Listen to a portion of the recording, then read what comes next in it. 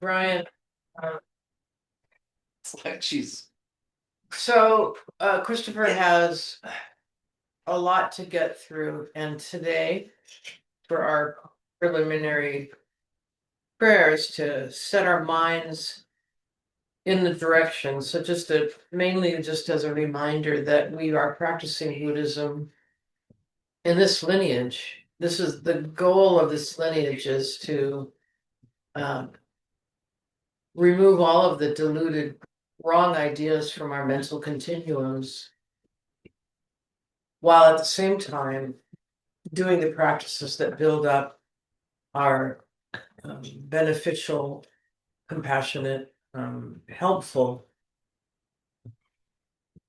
propensities. So that's why we're here. And it's a very deep and multifaceted process, as we all know. And we keep sticking with it.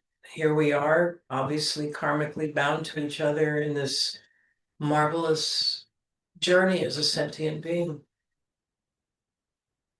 And fortunately for us, in the vast, infinite possibilities of the cosmos, Buddha Shakyamuni defined a framework for us to exist in a enjoyable, beneficial, and enlightened way. So we are completely dialed into and have bought into, if you will, following the infinite possibility that that are out there. Of those, we are aligned with the way of existing that Buddha Shakyamuni has laid out for us and completely relying on and taking refuge in that framework because it is a kind, loving, creative, non-harming, beneficial to all beings mode existing in this cosmos. So we're going to take refuge in the Tibetan and then hand it over to Christopher. So we'll do it 3 times. Sangye chodon sokye chodon la chanchu bardu dapni kyapsu chibi dapi chinso kipe sonam ki trola benshir sangye ruparsho. Sangye chodam soki choknam la chanchu bardu dapni kyapsu chi Dati chinso ki pe sonam ki rola penchir sangye rupa sho. Sangye chodam soki choknam la janchu baru dami kyatsu chi. Dati chinso ki pe sonam ki rola penchir sangye rupa sho. Thank you. I really love the way you put that. Buddha Shakyamuni has given us a framework of how to exist in a way that is positive, loving, beneficial, expansive. Um, because we can exist, there are so many ways we can exist, and it's that's important to remember, this idea of a framework, how you frame something, because when we get into these particular verses, it becomes crucial. And that's the whole point of uh, talking about this subject today. So let's get into it. In our past, in December, a couple of sessions ago, we talked about the ground of non-duality as it's presented in the meditation practices of Mahamudra and Dzogchen. These are really powerful practices that help us to sort of open up our consciousness to see exactly what our consciousness, or experience what our consciousness is at a very, very close and personal level. So that awareness that we have is already open, it's already free, it's already complete, it's already uncontrived. we have layered all kinds of things on top of that, all kinds of conceptions on top of our pure consciousness. So that pure consciousness doesn't need to actually reject experience in order to be free. It just needs to, we need to be able to see the nature of reality the way it is in order to be free. So Nagarjuna's verses that are coming up in this session, not only may they sound sharp and off-putting, they will sound sharp and off-putting to you.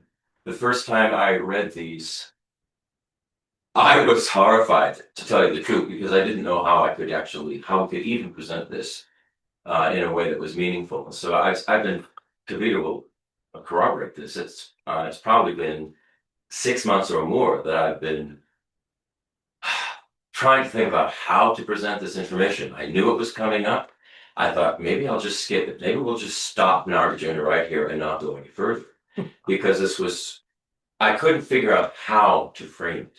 But through the non-duality, this is the way to frame this, and this is the way for us to understand it. So I'm just prefacing this so you will not be, you won't go, oh my God, when you hear these verses, because we need to put them in the right framework, and that's what this class is about. So as we go through with this material, if something makes sense to you, or resonates with you, that's fine. Just notice it. If something feels very uncomfortable to you, that's fine. Just notice it, because the point of this is to get to the other side and understand what Nagarjuna is actually getting at with this information. Our aim is not to arrive at a conclusion. It's just to see more clearly how desire works, and how, if we actually understand how desire works, its grip on us in a way that is not beneficial loosens. It's not the desire is the problem. It's how we frame it and how we grasp onto it. That's the problem. So I want to do an opening, just a very short opening invocation, and this is inspired by the invocation of Samantabhadra. It's one of the texts that we looked at when we were talking about Dzogchen. And the invocation of Samantabhadra is purportedly spoken from the primordial Buddha, in this case named Samantabhadra. In some other cases it's called Vajradhara. In some other cases it's called Kalachakra. We just have to get used to the fact that, everything doesn't fit into one little box. But we're talking about this idea of a primordial Buddha since beginning of time that understands exactly the nature of reality. So let's just settle the body and mind a little bit. Let your awareness just rest, just very, very, very naturally, very naturally. Just think open and spacious. Your awareness, your consciousness is open and spacious. And the following are in the words and the spirit of the primordial Buddha, Samantabhadra. From the very beginning, all appearances are already complete. Nothing needs to be rejected. Nothing needs to be improved. May we recognize desire itself as the play of awareness. And through that recognition, may our grasping and fixation release itself.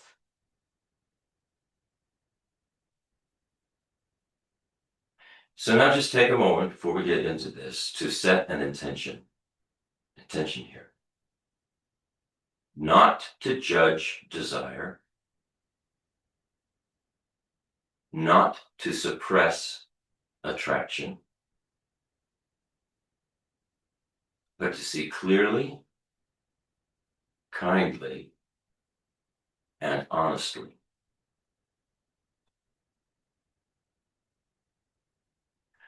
Okay, so Nagarjuna is asking a very practical question in this, and it's if reality, as we've been saying, is non-dual and empty of inherent existence, why do we still suffer so much around desire and attachment, especially around the body?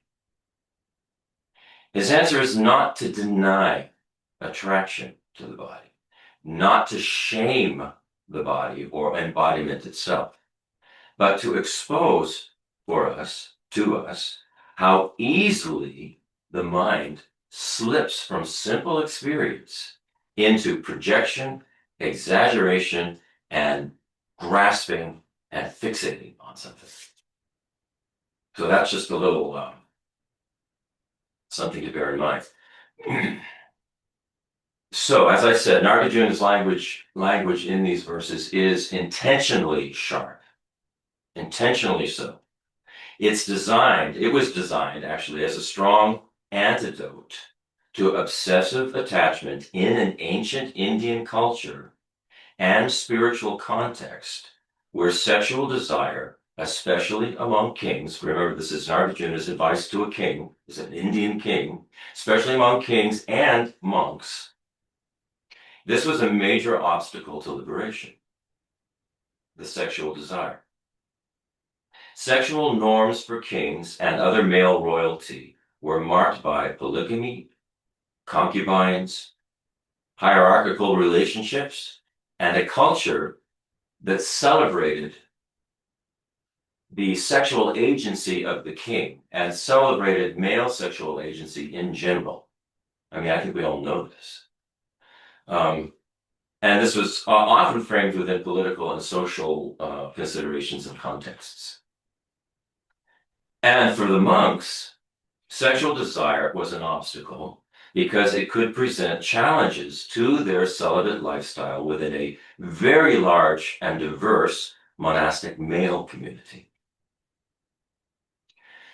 For modern non-celibate practitioners, such as myself, and many of us, I think, and especially those of us who have been studying non-duality and have a little bit of understanding about it, this material can and will feel jarring and even alienating if we take it literally or morally.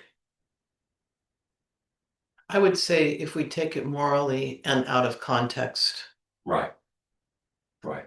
I think the context. This is part of the context I'm putting it in now. Yeah. Saying, I mean, you can take it literally because I think he literally means what he's saying. I think it's more about the context. Yeah. And I'm just going to say that. Okay. I mean, everybody's like, what is it going to say? Well, I mean, even Kavita hasn't read all of this. I've just told her some of the stuff, and she goes, "Oh my god." Yeah, but when you put it into context, I don't really find it that jarring, to be honest. But no, I mean, I'm kind of used to it at this point. But I know the first time I read it, it was like, what? Well, I mean, I'm gonna just also as a setup. All of our social norms are because we're social animals and we develop our beliefs and opinions and social mores and our biases based on the family, the society, the friends, and nowadays the media, the social media, the things that we adopt as norms are completely empty of inherent existence. They're just norms for us in the human realm that we find ourselves in on this planet, in this species. If we were another species, from another planet, from another dimension, it would be a completely different issue regarding the main point here has to do with desire. And even in this on this planet, we're talking over centuries, those norms change. Anyway, I just want to, and I kept saying this to Christopher, and he told me to keep reminding about this, that this is really about abandoning attachment. Abandoning attachment. And misperceived. Which is a different thing than abandoning desire. desire, like everything, can be a tool, but we must, as practitioners, abandon the attachment aspect, Yeah. which is attachment meaning you exaggerate the nice things about things, you totally overlook the reality of things, and most importantly, attachment is all about feeding I, me, and mine. So that's, some of the things to think about regarding attachment. So these verses are not about shaming the body, not about. You can get. Huh? Everybody's gonna go, where's the beef? I know, but we need that. We need this prep so people just don't go, what? All right, it's not about shaming the body. It's not about rejecting sexuality. It's not. Or demeaning any gender.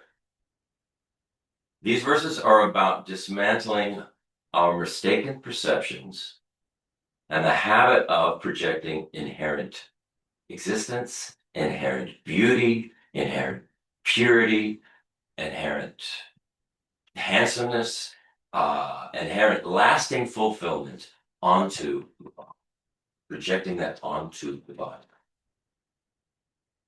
From the perspectives of Mahamudra and Dzogchen, the problem, as Kavita said, is not desire itself. That's not the problem. The problem is reifying appearances, concretizing them and saying, this is the way they actually exist from their own side, independently, out there. And so what we do is we take something that's very dynamic, very impermanent, capable of changing, empty of any kind of inherent existence, and completely interdependent with everything else. And we say that it is solid, that it's pure, that it's self-existing. So what we're doing in these verses is we're carefully framing Nagarjuna's teaching so it functions as a wisdom practice, not a negative body ideology, which we could so easily take it to be, especially in this day and age. Especially in this day and age. Okay, so we're going to get to the first verse now. And the theme of these first set of verses is where attachment really comes from. So I'll start out with the Jeffrey Hopkins translation, like I've done in the past, and then I will give I would say a gender-neutral modern translation. All right, so here's verse 148, Jeffrey Hopkins translation. Lust for a woman mostly comes from thinking that her body is clean. But there is nothing clean in a woman's body, in fact. Here's the modern, gender-inclusive rendering. Sexual desire largely arises from imagining that the body we are attracted to is pure, when in reality, no human body is inherently clean. So when Nagarjuna is speaking of women here, he's speaking by example, not by exclusion. Remember the context that this was in. For the king and the monks, who our Nagarjuna is assuming is predominantly heterosexual, right? We should replace the word woman. When we hear woman, we should replace the word with whatever body it is that we're attracted to, and whatever form it is that our desire fixates on, especially when we're talking about body, our desire for a body, whatever that is for us. If it's not woman, then you hear it in the way that it works for you, okay? When we hear this verse, it's important not to react too quickly. Nagarjuna is not making a moral argument here. He's making a perceptual argument. He's pointing out something we can all verify in our own experience. Desire doesn't arise because the body is pure. Desire arises because the mind imagines the body is pure. We selectively focus on particular aspects of the body. The skin, not the internal organs, We don't focus on the internal organs. We focus on Well, you don't. no. Well, no, I know. I mean, You hey, never know. Somebody may be somebody really turned made on me by think of that. You know, kidneys. Jack the Ripper loved it, right? Okay. No, I'm just saying, even among us, there may be somebody here who's really turned on by kidneys, you know? You just don't know. Yeah, keep But interjecting she's that got kind some of thing. great I like it. kidneys, that one. Throw a little humor into this. Well, I mean, you know. I loved your kidneys. I hate kidneys, just so you know. I Well, mean, I, you know, okay. Or I'm not attached to kidneys, just so you know. We're attached to, you know, the way the body smells so wonderfully. Not necessarily the sweat and the BO. Not necessarily. Although, like you said, Kavita, for some people that's probably a turn on. And see, shows you the lack of inherent existence of all of this, okay? And we're, for the most part, although, you know, I can confirm myself, for the most part, we find youth attractive and aging we don't like. But I actually think aging is great. I love, I mean, I keep saying old is gold. I good love it. thing. So, okay. But, I mean, you get the drift. It doesn't exist inherently, and we tend to think it does. So, all of these ways of thinking, they're not a failure on our part. We need to see that it's a habit. These are all habitual ways of thinking about desire, thinking about bodies, thinking about the kind of bodies that we're attracted to. Attraction arises in the mind because the mind highlights pleasant features. It ignores what contradicts this fantasy. I think we all know this too. I mean, when you first fall head over heels for somebody, right? They are just so wonderful. So everything about them just is like glowing golden, and you think they're the most wonderful person. And this is how we go into these attraction relationships, right? And after not too long, maybe a month, where you're spending some close time together, that little pink bubble bursts, and we see, oh wow, this is not what I thought it was. What it points out is we're projecting onto the other body, the other person, all those qualities that are not inherently there. And that's important to remember. And we kind of try to freeze them into something that is, solid and desirable. It's very, very clear. If you can remember back when you were a teenager, this is very, very clear. This is what happens. As we get a little more experience with the relationships, we get a little wiser about it. Go, well, I may think that's the way, but I know it's not real, Look out for that Scorpio's tail. Could use a Scorpio, by the way. I think it's wonderful. The tail, it's good to have that tail. Honestly, it's good. It's good. So Nagarjuna isn't saying the body's bad. He's saying the story we tell ourselves about the body is inaccurate. It's inaccurate. So from a non-dual perspective, the issue is not attraction. The issue is confusing appearance with reality. That's the issue. So, I mean, just think for yourself. When you notice attraction arising for someone or something, what aspects of that someone or something are you not noticing? Are you like looking past? We do this all the time, not just with people or bodies. We can do it with all kinds of things. We can move this away from just desire for the body, just desire for stuff, for food, for all kinds of things, jobs, money.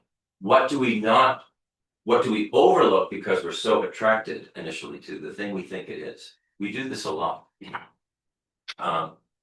And here's another interesting.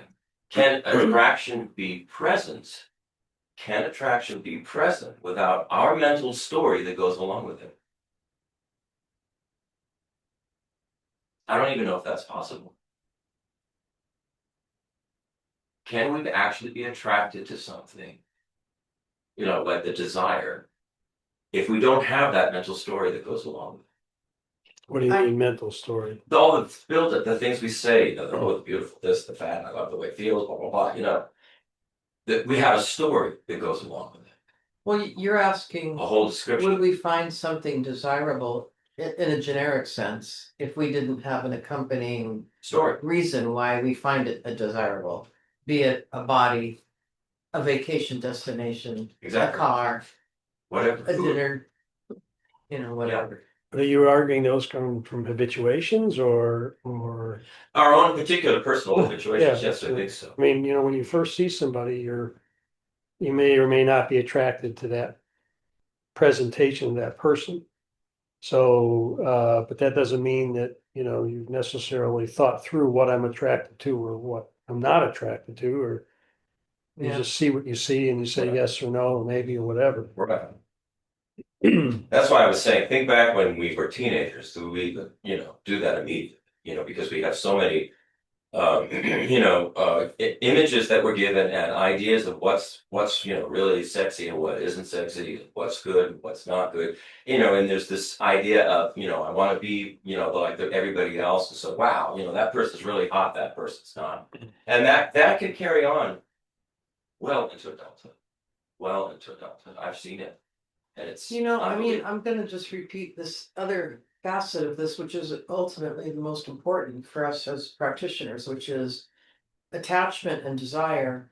Don't exist unless you have an underlying interest in serving the I, me, mine, Absolutely. ego, self-important, self-grasping.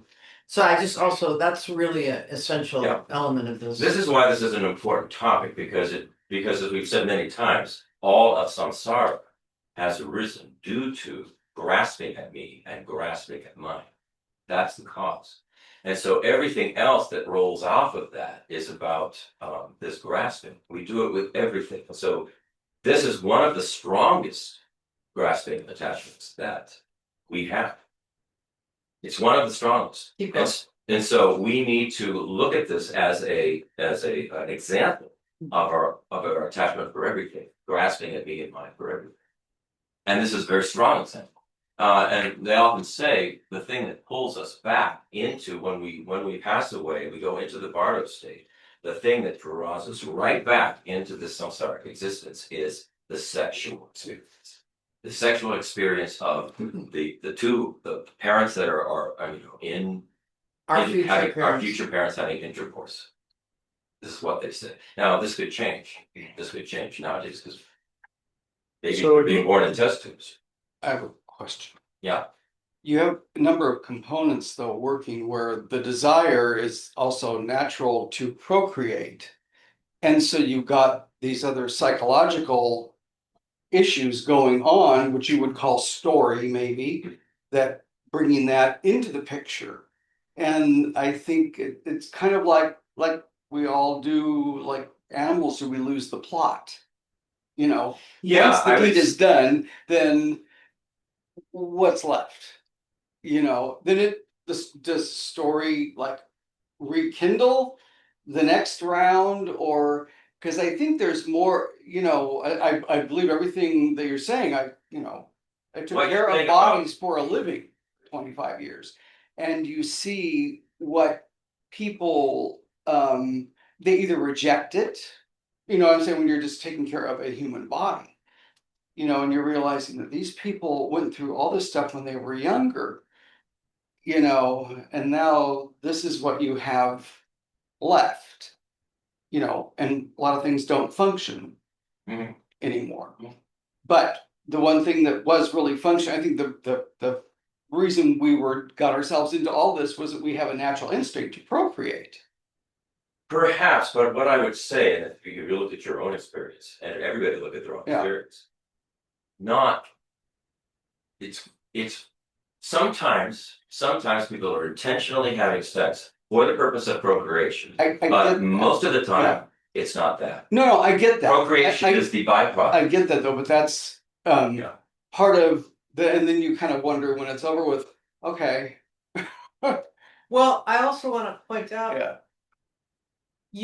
There's nothing inherently beneficial about procreation itself. So No, it's not like Yeah, by definition is virtuous. This system of procreation we Yeah. have is part of this samsara system. exactly. Well, that's why, like, Yeah. when you look at psychological things like, oh, this body is beautiful. Well, not really.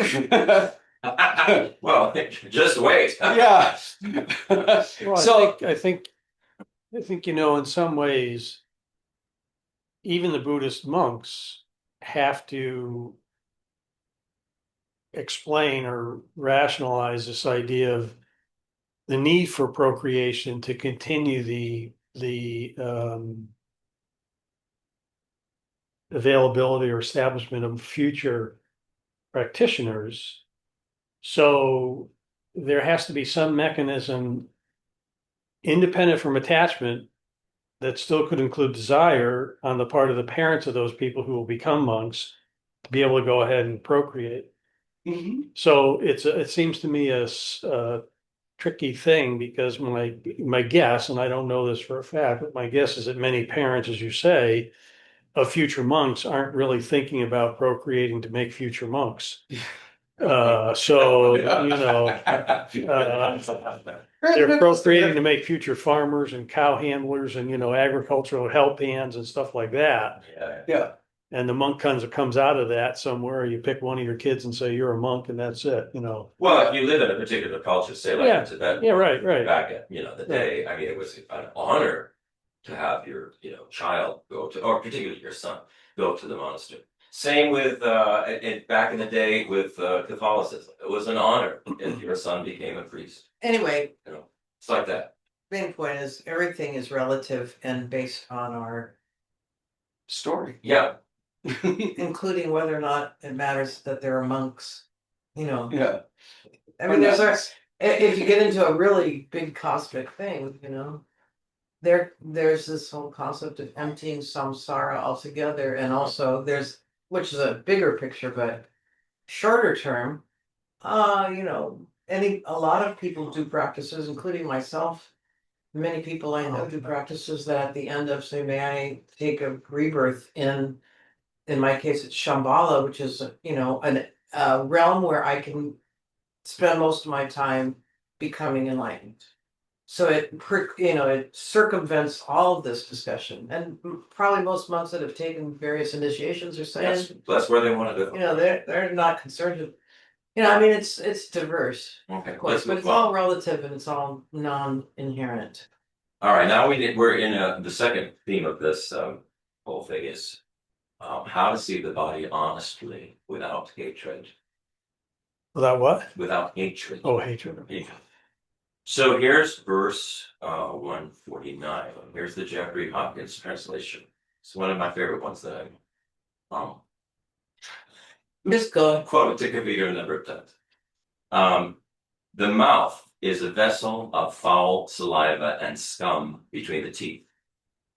The nose is a vessel of snot, slime, and mucus. The eyes are vessels of tears and other excretions. The abdomen and chest is a vessel of feces, urine, lungs, liver, and so forth. Those who through obscuration do not see a woman this way, lust for her body. And here's the modern gender inclusive rendering. The body is a living system. Saliva, mucus, tears, digestion, waste, organs, and fluids. When this is unseen, desire takes over. Can't take them. Can't take over. Yeah. Unless you're turned on by saliva. I mean, just to say. Right. I mean, Right. Exactly. The point with all of this is to see things honestly the way they are. go back to your. Sorry. Yeah. Go back to your. Nagarjuna uses very blunt imagery here, and it's not to cause disgust, but it's to break the trance we have of idealizing another's body, or idealizing anything, something. And fantasy depends on keeping a kind of a distance. As soon as you get up close and examine something, the fantasy dissolves. When you actually see what's behind the fantasy. Now that can be quite interesting. No need to have the fantasy. It doesn't mean we can't see what's actually going on and still have desire, have love, have happiness, and have all of that. What's being talked about here is the problem with having desire that misperceives and then thinks that's the way things are. And things, as you know, as we all know, can get really bent out of shape when you do that. Most of us already know, practically, that we have to clean the body daily in whatever way, even if it's just brushing our teeth. We have to manage, what leaks and smells and breaks down. And we don't confuse hygiene with purity. We know we're not. We know we're not pure. But when desire takes over, it's like, and you can be blinded to all of that. So I think Nagarjuna is making sure that we understand. Don't get blinded by desire. Be realistic. Doesn't mean you can't be loved, you can't be happy, that you can't have sex, that you can't have pleasure. But just frame it within the right context. And don't over exaggerate it. According to Dzogchen and Mahamudra, appearances are not the problem. This grasping and fixating on what we're grasping on is the problem. Like, I want this, I need this, right? I must have this. That's what the problem is. When we fully know the object, honestly and clearly, grasping just relaxes on its own. Doesn't mean you can't enjoy the chocolate cake, but to just grasp that and say, no, I need more, I need a bigger piece, where we get greedy about it. That's where we get into trouble. Or get covetous or jealous. I mean, how many relationships go down the tubes because of jealousy and coveting and that kind of thing? And that's all just projection that we do. For the most part. All right, here's the third theme. Desire thrives on ignorance, not on beauty. Desire thrives on ignorance, not on beauty. Here's the Jeffrey Hopkins translation of verse 151. Just as some fools desire an ornamented pot filled with what is unclean, so ignorant, obscured, worldly beings desire women. If the world is greatly attached even to this ever so smelly body, which should cause loss of attachment, how can it be led to freedom from desire? And here's the modern gender inclusive one. We cling to bodily appearances without examining what we are actually holding on to. As long as this clinging remains, freedom from attachment is impossible. We also should think of this in terms of ourselves, how we cling to our own body, our own appearance, our own whatever,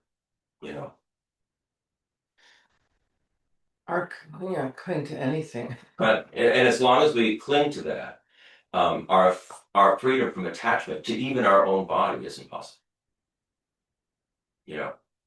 We place so much importance on it.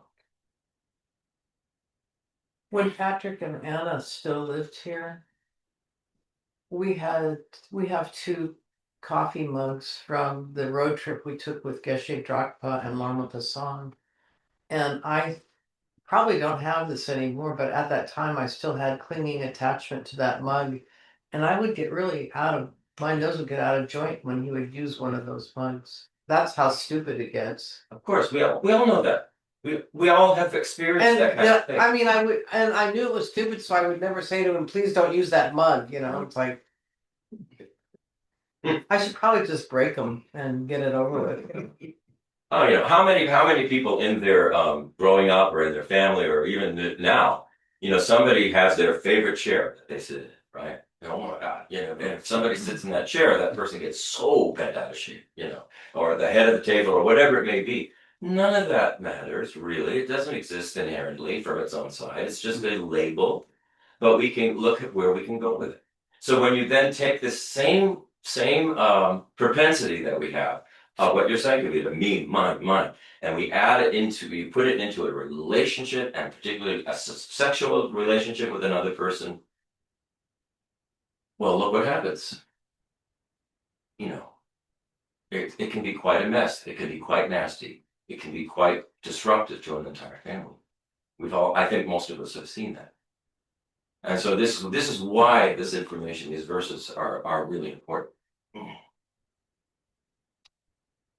So desire isn't wrong. Desire is uninformed. Attachment persists because we don't look deeply.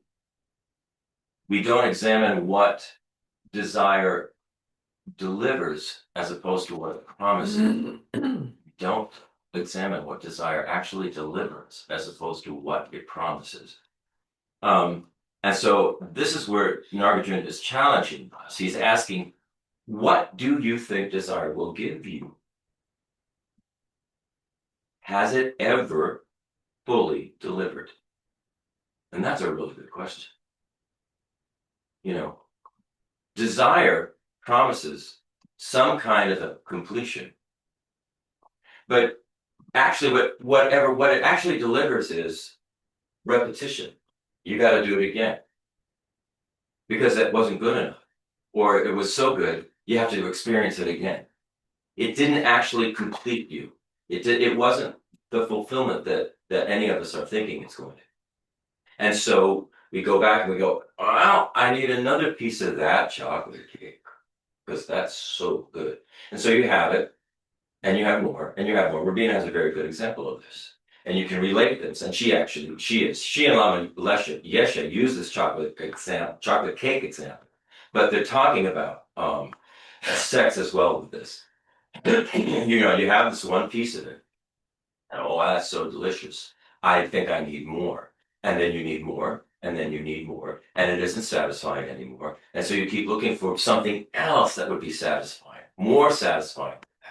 And on and on and on and on it goes until it's driving you and you're not driving it.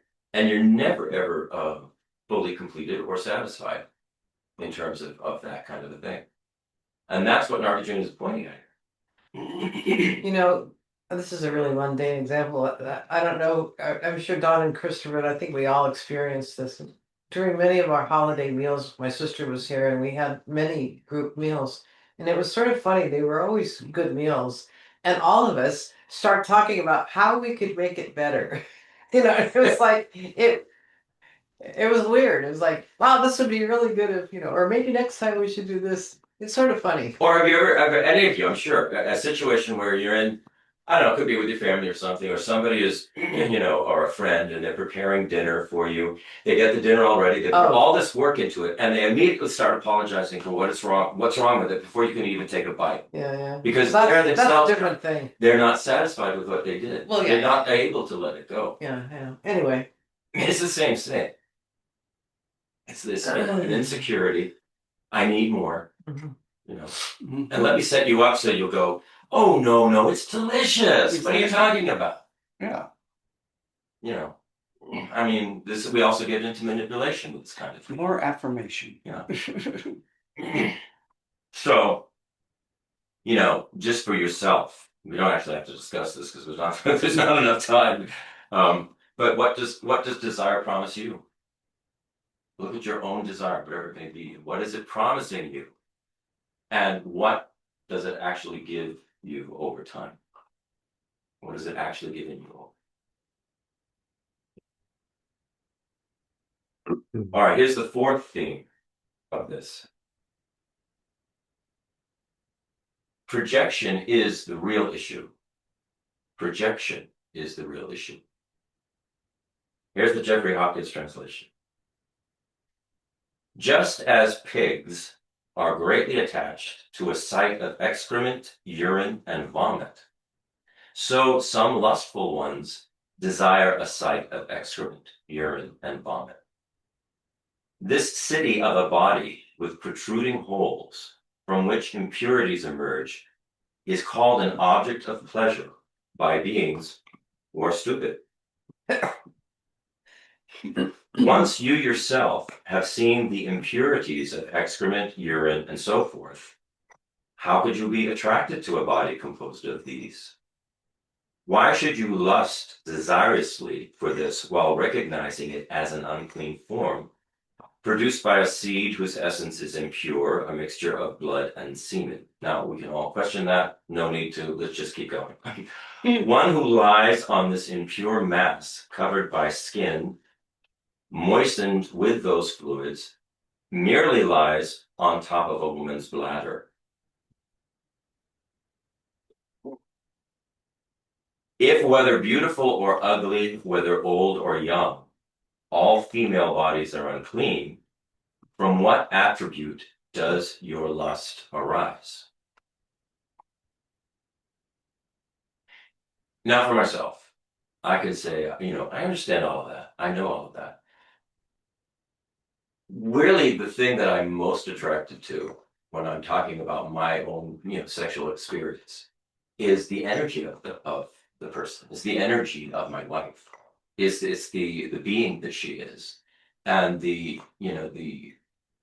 body is her body, and I understand all of it clearly, very intimately. I understand all of it, but it doesn't change the fact that you can still have a very pleasurable experience. It's very happy, very light, not this dark, driving, needy, grasping like that lustful thing. Yeah, there's a sense of that pleasure, but it's I guess my point is we can have a sexual relationship. We can have this kind of experience. It does not have to be um, uninformed. We can still have pleasure. We can still have enjoyment and happiness with this, but we have to be smart about it. And I would say that Dharma is a huge help. It's been, the two of us have been practicing this for 20-something years now. Here's a modern gender-inclusive rendering. Beings project beauty when there is none inherently, and that's really important. That beauty is not inherent. Nothing is inherent. There is not a thing that is inherent. This is what non-dual awareness is all about. We bring to that the subject and object work together. That object does not exist inherently from its own side. It depends completely upon how the subject is viewing it and interacts with it and projects onto it. So we have to understand that. We have to understand the nature of reality, understand what it is, what we want to be happening with this subject-object relationship. We want only benefit. We want only happiness. We want only truth and reality.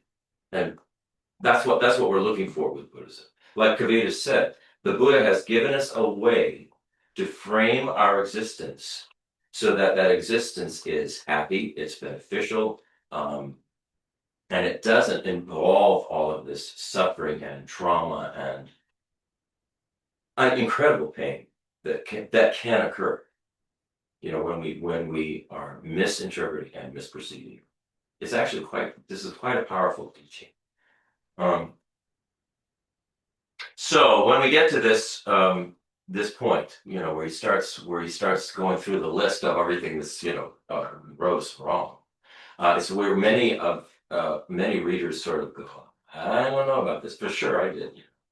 I mean, I hadn't done all of this kind of interpretation of it when I first read it. And the commentary didn't include this kind of interpretation for the most part when I first read it. So that the resistance that we feel to this is worth slowing down and looking at it. If you feel resistance, it's worth slowing down and looking at it and analyzing it. Why, and analyzing it from this non-duality perspective.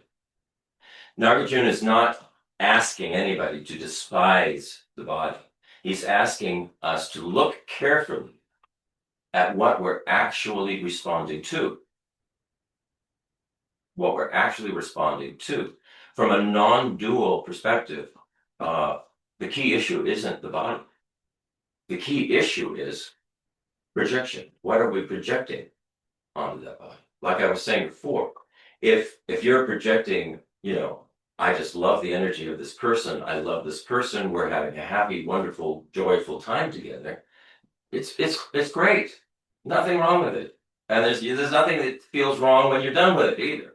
I mean, it's perfectly fine. But we need to analyze for ourselves, what are we projecting?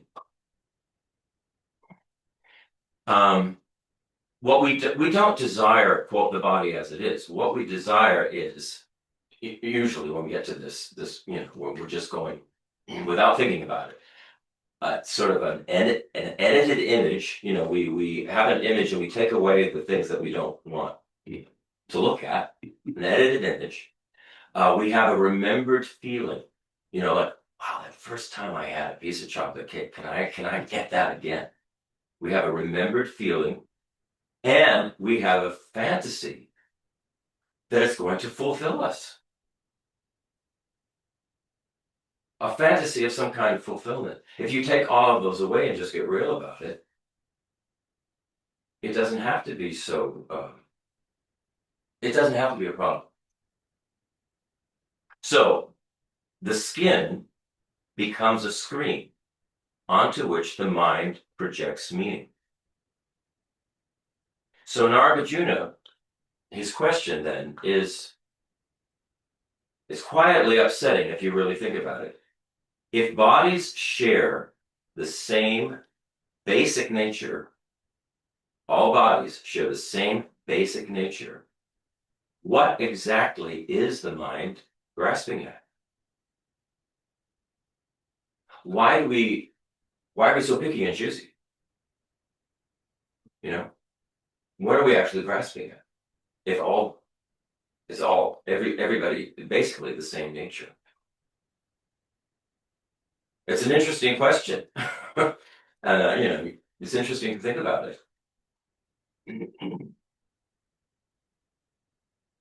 If we can see this clearly, desire loses its power. It becomes just another appearance, vivid but not binding. How, I think many people understand or have experienced this. When you get into a relationship and it all seems real great and wonderful at first, and then you feel like, this isn't so great, this isn't so wonderful, but you feel like you're somehow bound and attached to the person. And how do you release that stickiness? And mainly, I think what happens is people want to run away, they want to get a divorce, they want to, just get rid of it. I'm going to find somebody else, another partner, and then start the whole thing all over again. I think the thing to do when you get to that point where you go, wait a minute, what's this stickiness? We need to talk about this. We need to talk about exactly what's going on and clear that, get rid of that, and then get just really real about what a relationship is about. And then I think, we don't have to go running off to find somebody else or cheat on our partner or anything like that. But what you need a relationship where both parties are willing to look at this, this kind of view. I would say, I'm very fortunate to have a partner who's right there on board with this. And we all would be fortunate to have that. And I would say we should all strive to have that, because it's if you want to have a partner, that's the way to go about doing it. Have a solid base, a solid spiritual, ethical, logical base that you can agree on. All right. Back to the verses. Where are we at, Tom? Here's verse 159, and now we're into a section that's the theme of it's the equality of all bodies. It's like we said, Nagarjuna is saying, there's actually no difference between any of these bodies. So why are we so picky about this? The equality of all bodies. Just as it is not fit to desire filth, although it has a good color, is very fresh, and has a nice shape, so it is with a woman's body. How could the nature of this putrid corpse, a rotten mass covered outside by skin, not be seen when it looks so very horrible? So here's a quote. This is in quotes, like somebody's protesting. The skin is not foul, it's like a garment. And Nagarjuna says, like a hide over a mass of impurities, how could it be clean? And here's the modern gender inclusive rendering. Even when something looks appealing on the surface, if its nature is impure, attraction makes little sense. Skin does not change what lies beneath it. So, Nagarjuna is deliberately being provocative here. And it's not to be as an insult, but it's to interrupt any kind of fantasy we may have about the body being some kind of inherently existing thing that is so wonderful that you need, that I need, you know. And so get real about what body actually is.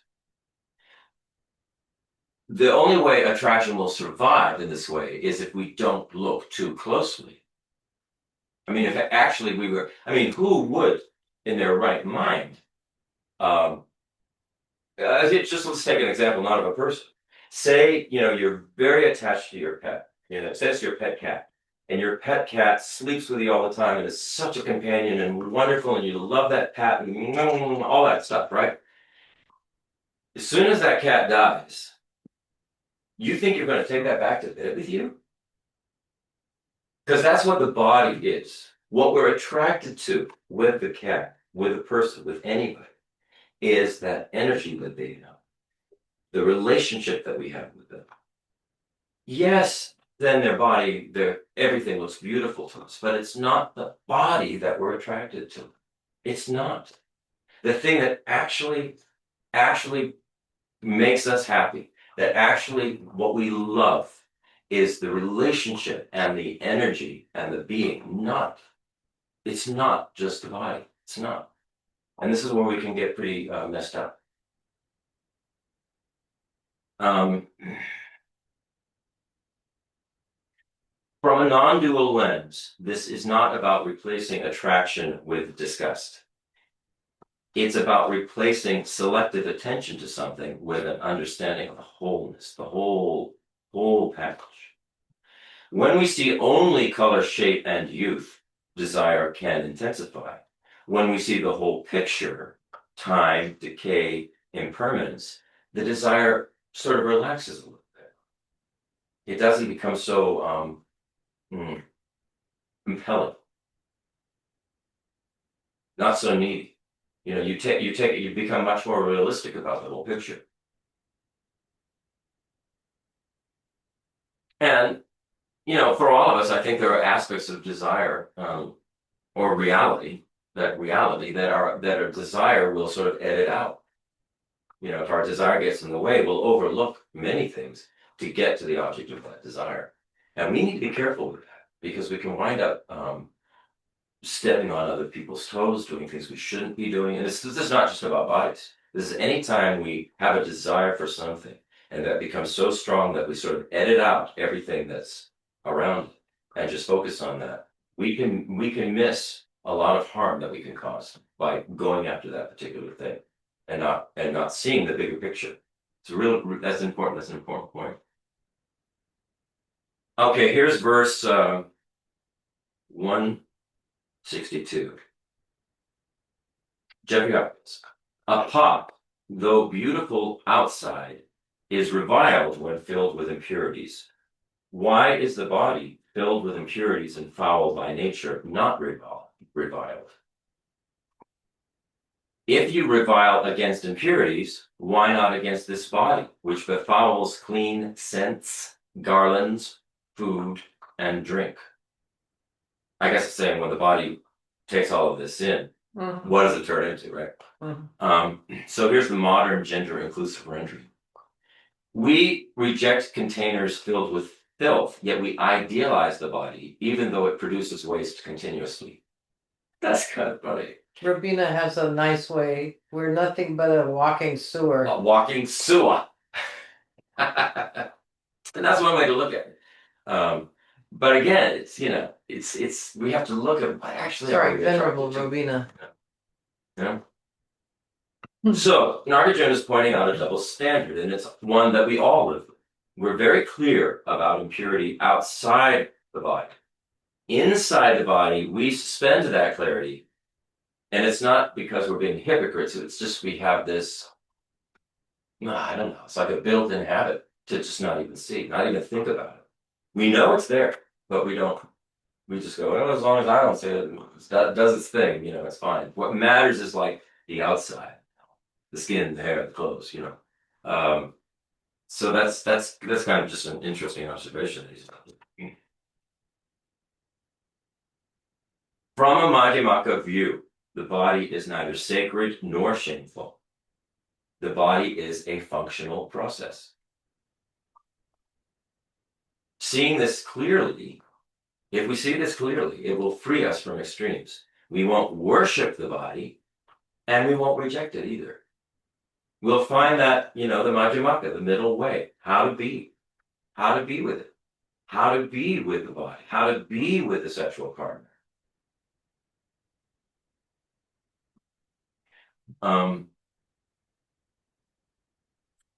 Non-duality means letting the body be what it is.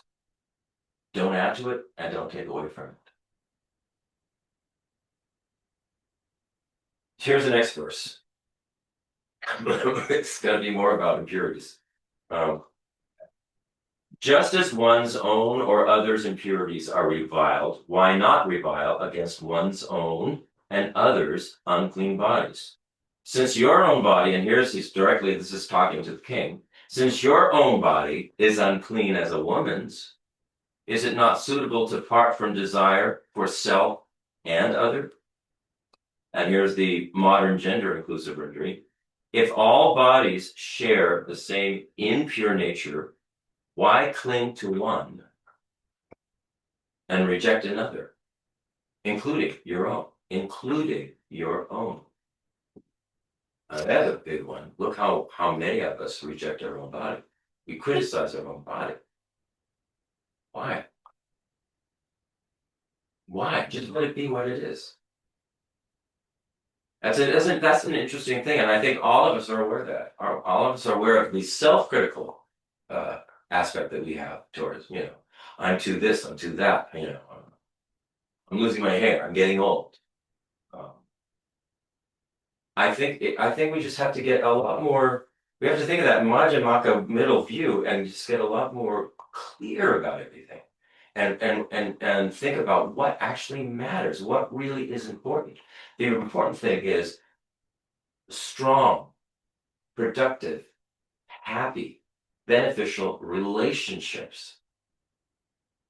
All of that body stuff will go right along with that. You won't have to, reject the body, but to put so much emphasis on the body is putting the emphasis in the wrong place. I think that's what they're saying. So this is where Nagarjuna turns the mirror back toward us. Our own body is not an exception, and neither is anyone else's. And if we can do this, when we can see this, our own self-obsession will sort of calm down a bit. Our envy of others will sort of clear up and die down a bit. How we can get so envious?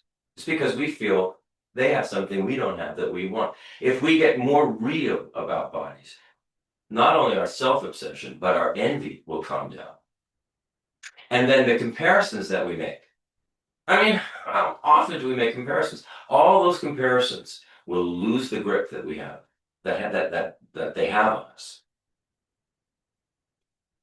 I mean, there's so much benefit for us. If you're just thinking for yourself, there's so much benefit for oneself to take this on board, really look at this from a Madhyamaka, non-dual view. And it will calm down all the envy, all of the comparing, all of the, thinking I'm no good, or thinking I need to be better. I mean, yes, of course, it's good to improve ourselves. That's a different issue. We should always be improving ourselves, but we shouldn't be, I don't know, kicking ourselves at the same time to do it. So from a non-dual standpoint, if we have this kind of view, it's a big relief. We don't have to win the beauty contest. We don't have to win the competition. I mean, life is like a competition sometimes. We don't have to be the best. We aren't bound by attachment to desires and material achievements. I mean, some of us, we define ourselves by our material achievements. If we don't have those material achievements, we're somehow not a worthy person. And that's a mistaken view. And if we can take this view on board, we can just drop all of that, let all of that go, be satisfied with who we are, where we're at, what we're doing. So this seeing this idea of the bodies as equal leads to these other things, and it's like a sense of relaxation and letting go of all the things, all the comparisons, all the envy, all I need to be this, I need to be that, I need to be better, I'm no good, blah, blah, blah, blah, all the things we do. Or we puff ourselves up and think we're better than others. That's a huge mistake as well. We need to see that we're not. They say in the Buddhas see all beings, all sentient beings, as being equal to them. Equal to them. All sentient beings have the same potential, and therefore to a Buddha, they are equal. And this is how we should take that. If the Buddha thinks that way, we should try thinking that way. We should try thinking that way. And not just about other people, about all beings. What happens when you do that is you begin to treat all beings with more respect and more admiration, more wonder, amazement actually, at the qualities that all beings have. It's an extremely helpful teaching, and the process that we go through and the transformation that we can make by taking these teachings, these non-dual teachings on board, are precious. I mean, they really are precious. There aren't many other things like it. All right. Back to the snot and the shit and the dripping. Okay. And here's verse 166. If you yourself wash this body dripping from the 9 wounds and still do not think it unclean, what use is this instruction to you? And the 9 wounds are these 9 orifices of eyes, ears, nostrils, mouth, genitalia, and anus. And just think of all the things that drip out of those. And if we still think we're, somehow this pure, wonderful thing, well, it's not getting through to you. You need to let go of the grasping onto the body as being the important thing, and recognize it's a different thing. It's a different thing. It's how we interrelate, react, we benefit, all of this. That's what's really important. The body will be fine. Here's the gender inclusive rendering. When the body constantly requires cleaning, how can we sincerely believe it is pure by nature?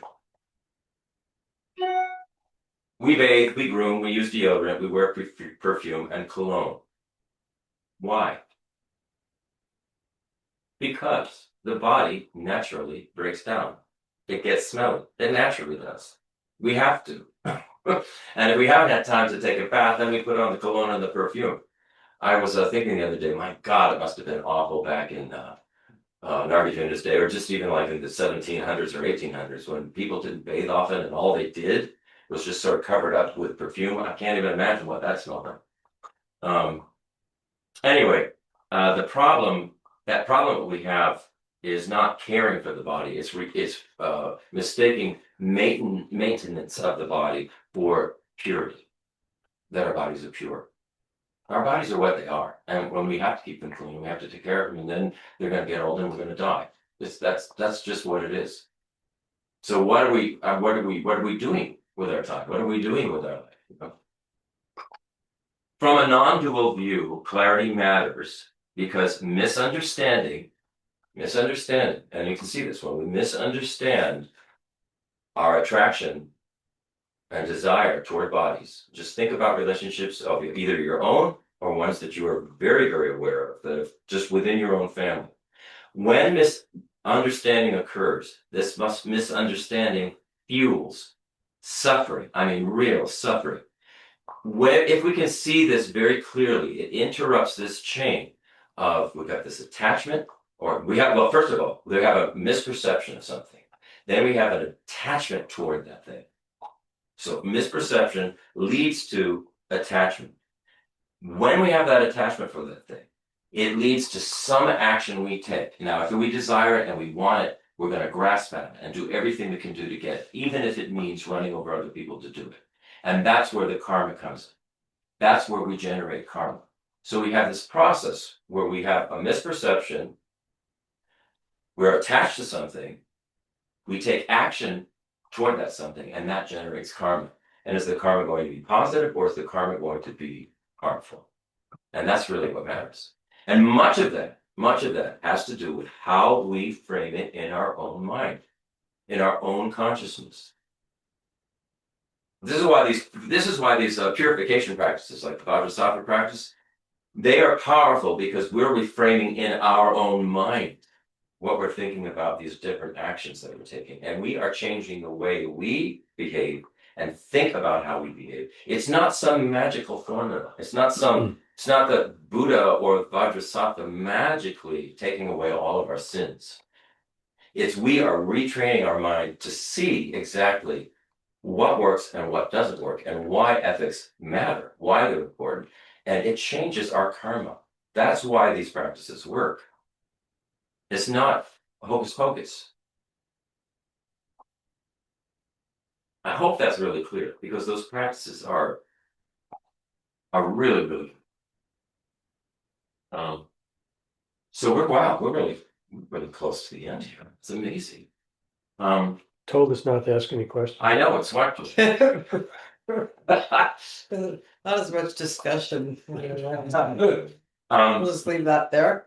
So this is the sixth of 7 themes in this, or no, sorry, there are 8. Here's the 6th theme: when romance becomes projection. And here's verse 167. There are 70 verses. Here's verse 167. Whoever composes poetry with metaphors elevating this body, oh, how shameless. Oh, how stupid. These all have exclamation points after them. Oh, how embarrassing before wise beings. Moreover, these sentient beings, obscured by the darkness of ignorance, quarrel most over what they desire, like dogs, for the sake of some dirty thing. And isn't that true? When we get in arguments with other people, when we have our quarrels with other people, what's the quarrel? I think this, you're wrong. You know, we're attached to our point of view. We think we're right. And it's so, like it says, so stupid. How could we possibly know that we're right? One being, you know, with our limited view of things, it's so much better to just pull back. Or, I mean, maybe say nothing at all, just observe, you know. But to pull back and hear what the other person's saying and see if there's something they must be saying it for a reason, you know, rather than immediately get back at it. That's what we do. We immediately, how dare you, blah, blah, blah, and we get into this big fight. And I think we should, Robina has very, very good advice. Keep your mouth shut. Just keep your mouth shut, keep your hands to yourself. You can sit there steaming, but don't make it any worse than it needs to be. And then later, look at your mind. Look at what occurred when somebody said something to you that really, really triggered something. And ask yourself, why did I have that trigger? Why did I have that trigger? They were hitting something that was very sensitive. And then look at that very sensitive thing. Don't just let it go back underground to arise again in some argument. Look at it. Really look at it. Okay.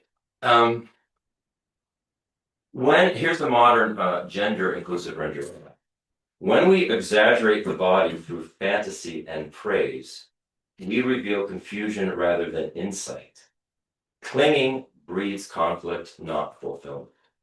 Clinging to our point of view, clinging to our side, clinging to somebody's, I must have this particular partner, I must have this particular body or whatever it is. Clinging to that is only going to cause problems. It's only going to cause problems. They will wind up being incredibly jealous if nothing else, and that's really bad.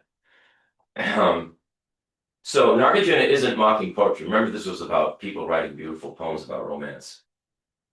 Nagarjuna isn't mocking poetry. He's critiquing idealizing. He's critiquing idealizing something. Romantic exaggeration replaces reality with fantasy. So a lot of the times, we're just going around fantasizing about stuff in our minds and then projecting that onto whoever or whatever. And thinking it has this whoever or whatever the thing has all of these delicious qualities that we want, we need, we must have because it's going to fulfill us, and it never fulfills us. We know this. We just keep going back for more. So he's saying fantasy is very fragile. When our attachment intensifies, our jealousy grows, our competition arises, and then conflict results. We can get very competitive with one another. Kavita and I can get extremely competitive with one another. We know what we're doing, we still do it, and most of the time we calm ourselves down and laugh about it afterwards. But it still occurs. So it's going to occur because these are habits that are so ingrained in us that we're not just going to think the right thing and just be gone. I think it's gotten much better over the years as you've begun to realize that I'm wrong. Oh, Jesus. Sounds like Tracy. And the fight begins. Sorry, I couldn't even get the joke out. Yeah. He's done so much better. Yeah, well, Well, you don't need to go into. I think I've told this story. The very Yes, first you time have. I met Kavita, I was 14. I was working on a painting in an art class. I had never been spoken to her. I thought, wow, who's this tall? She came in a little late. So actually, I was 13. We were 13. And she came in, like in September or something, after school had started. So we'd go out, and she looked like, she looked like Ali McGraw. She was tall, thin. She had on back in the day, all the girls were wearing these mini tunics and stuff and had long hair parted down the middle and all that. So I hadn't spoken to her, and I looked like a total nerd. And I'm up there, working on this painting that the art teacher said, well, you have some talent. You can work on a painting. So Kavita comes up, and I never spoken to her, and she stands there and starts telling me everything that's wrong, what I'm doing wrong, and how I could improve that. And rather than being upset, I actually was very grateful. And I thought, my God, she's actually interested enough to point out what the mistakes are and help me. And our relationship has been the same ever since. It doesn't sound like competition to me. No, Brian, you can get it. We absolutely. There's another. No, that's what I point is that, oh, the first time I met her, yeah, okay, thankfully. But after a while of her doing it, it's not, I don't see the same way anymore, right? I mean, No, but my point is, but I do think in our relationships, we should try to allow for that and not be so bad. I think, more or less, on this, since we're talking about this, I think the main thing that's really happened is 99% of the time, in the middle of it, like the ridiculousness of the disagreement is just becomes so evident. It's sort of like, because what is it ever about? I mean, if you analyze, what is it ever about? And that's why studying this kind of material over a period of years is so beneficial because it enables one to sort of dissipate all of that in a rather quick manner, and almost even laugh about it, you know. Even if we don't laugh about it, I think, it's just sort of like, okay, well, that was interesting. And then you just move on. Everybody goes to their corners. I don't know. You can email John. He'll tell you what really goes on. Okay. All right. And here's theme 7. Why desire never fully satisfies. Verse 169. Jeffrey Hopkins. There is pleasure when a sore is scratched, but to be without sores is more pleasurable still. So if you have an itch, feels good to scratch that itch, but it's better not to have the itch at all, is what he's saying. The modern gender inclusive rendering is, there's no need for it really. Desire brings brief relief, but freedom from craving brings deeper peace. This is what we're talking about. This craving kind of desire, the neediness, and the not budging from that. This is what I need, and if I don't get it, I'm not going to be happy. Which is why relationships go haywire, because you have two people doing the same thing. Because if you don't look at yourself, if you don't take on board some kind of framework such as this, which is incredible, you don't learn about yourself, and you don't make progress. We just keep repeating the same habits over and over again, and go, I need to get out of this relationship. I need to find somebody else. And invariably, the same thing occurs because we haven't actually worked on what the problem is. All right, here's verse 170. This is the last verse. Good Lord. All right. What this practice actually changes. All right, so here's 170, Jeffrey Hopkins. If you analyze thus, even though you do not achieve complete freedom from desire, because your desire has lessened, you will not lust for women. He's still talking about women. Okay, here's the modern gender inclusive rendering. Even if desire does not disappear immediately, understanding weakens its hold and brings more freedom from pain, worry, and difficulty. So understanding, the what desire is, what the grasping is, what is the difference? Because desire itself is not the problem. It's the grasping desire. It's the clinging desire. It's the me, my, needy desire. That's the problem. So Nagarjuna ends realistically. He's saying the path is gradual, even if, this doesn't happen overnight. The clarity will accumulate over time. Stick with it, stay with it, because it will accumulate. Your attachment will loosen. The easier ones will loosen first, of course, and the more difficult ones are going to be, the final, whoa, look at what I was able to let go of. And you should think in those terms. Don't think in terms like, oh, well, I'll practice this and in 3 weeks time I'll be through with my grasping. That's not at all realistic. Nagarjuna is being realistic. The goal is not aversion. The goal is not to be upset with ourselves because we can't do this. The goal is freedom. Freedom. Meditation on the body prepares the ground for this. Meditation on emptiness completes the work. So what this really is about emptiness, non-duality, applying these principles to this very strong desire that most all of us have or have had, which is related to the body, and seeing how non-duality and emptiness work with that. From a non-dual perspective, desire will self-liberate when it's fully seen. Desire will self-liberate. Nothing has to be forced, and nothing has to be denied. Okay. Any discussion? Because this is it, and then there's just a little dedication that we can do. That will be that. But any Teresa is just appeared. I don't know if were you gonna say something, Teresa, or no? No, well, Go ahead.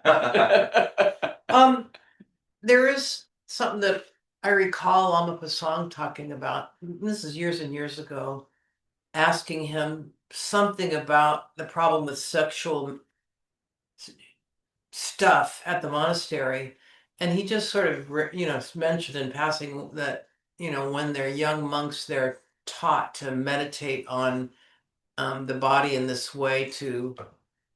It gives them a tool, because just imagine as you're going, especially going through early adult puberty and early adulthood, it gives them a tool to sort of manage their quite rather normal sexual desire, which may be really why this is all out there in this way. I just thought it's just sort of a practical, like, how do we deal with 5,000 men? Some of, a third of them are Oh yeah, going from through 12 to puberty, 50, you know, I mean, yeah. I mean, and it's, I'm sure there's plenty of sexual activity that we don't even need to speak about, but they're giving them a tool to use to at least minimize the distraction, because that's not the reason they're there, is Right. not to have a smorgasbord. And I mean, we need to get real about this. This happens in other kinds of monasteries, Oh, yeah. nunneries. It happens everywhere. Workplaces, Where people are schools, being- prisons, any place where there are prisons, people. army. It happens. Yeah, but Yeah. in this case, we're studying Buddhism, and in Right. this case. And Yeah. so, and also Nagarjuna's teachings here, although they were aimed at the king and the monks, they are valid for us as well. If you frame them the correct way, they're very, very powerful teachings. So I mean, because I respect Nagarjuna's teachings so much, is why I just would not. I didn't want to do this until there was the correct preparation for it, and which this is why I was having to go through non-duality and more about all of that stuff, because I couldn't see my way clear to just present it the way it was presented in the book that I have with the commentary that I have. I needed something more. It needed something for us we are not celibate people. Most of us, I guess, and we need to know how to think about this. And I think looking at it from the non-dual perspective makes it crystal clear what Nagarjuna is saying. So, anything else? Okay, let's have a little dedication here. Any clarity that has arisen, let's dedicate that for the benefit of all beings.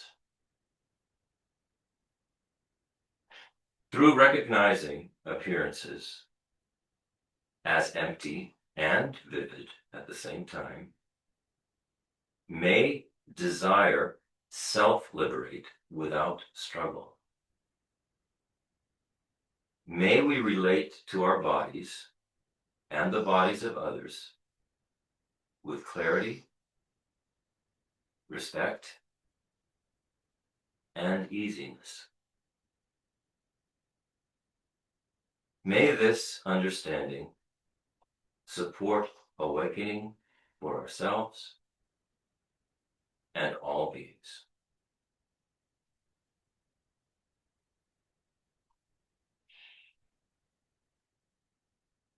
Thank you.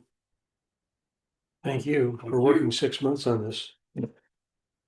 Well, I wasn't working all 6 months. I get I it. sure was thinking about that. Can you imagine reading that stuff and going, how do I say He this? actually, at one always- point, he said, "We're just going to stop working on Nagarjuna at this point." Well, I mean, he is pretty dogmatic, I guess, in the way he presents it, and pretty unidirectional about the human body. Yeah. I think of it as a wondrous machine. I mean, all course, those organs that he hates are working beautifully together in a concerted fashion, and And that's I think the whole point of this is that this is what we're doing in our mind.